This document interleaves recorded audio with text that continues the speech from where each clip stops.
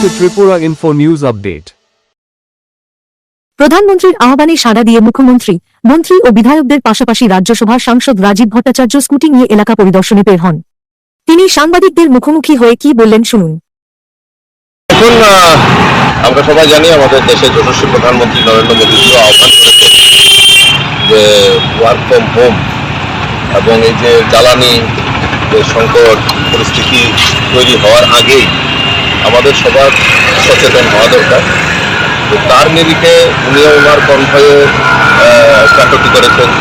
আমাদের মুখ্যমন্ত্রীও এবং আমাদের বিভিন্ন মন্ত্রী এবং আমাদের নেতৃত্বরা অনেকেই এই প্রধানমন্ত্রীজির যে সাড়া সেখানে সার্থক রূপ দেওয়ার জন্য আমরাও সেটা চেষ্টা করছি। গতকালকেও দেখেছি অনেকে মাননীয় মুখ্যমন্ত্রীর কনভয়ে কাটতি করা হয়েছে, গাড়ির সংখ্যা কমানো হয়েছে। আমাদের মন্ত্রীরাও বিভিন্ন জায়গায় যাচ্ছেন তাদের কর্মসূচিতে, সেখানেও যতটুকু সম্ভব সেটা সাশ্রয়, তেল সাশ্রয়ের জন্য সেটা ওনারা করছেন।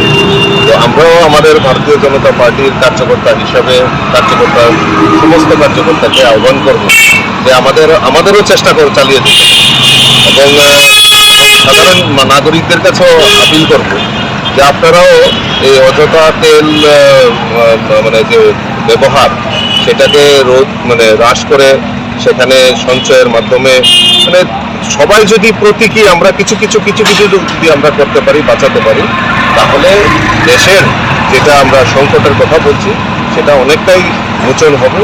এবং আমার দৃঢ় বিশ্বাস মোদীজির নেতৃত্বে দেশ যে বিকশিত জায়গায় চলে যাচ্ছে, তো আমি আশা করি যে আমরাও ভারতবর্ষ এই যে কঠিন পরিস্থিতির সময় আমরাও নিশ্চয়ই মোদীজির সঙ্গে সাথ মিলে আমরা এই দেশকে সুরক্ষা এবং দেশের সমৃদ্ধি বৃদ্ধির লক্ষ্যে আমরা সবাই একজোট হয়ে কাজ করি।